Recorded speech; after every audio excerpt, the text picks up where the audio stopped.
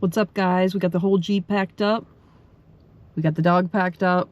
We're heading to Hoodsport, Washington today on the Hood Canal. We're going to check out the High Steel Bridge and a few other places. Stay tuned.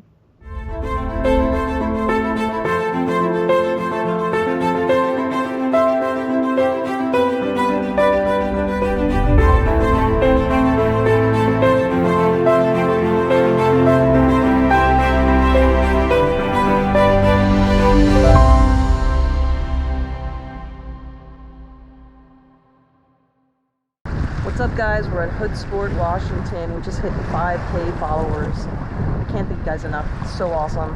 We're doing a special trip today. We're going out to the High Steel Bridge. Wait till you guys see this place. It's amazing. The High Steel Bridge is a cool spot southwest of the Hood Canal in Mason County, Washington. It's just a 15-minute drive from the Highway 101, taking you off the beaten path and into the forest.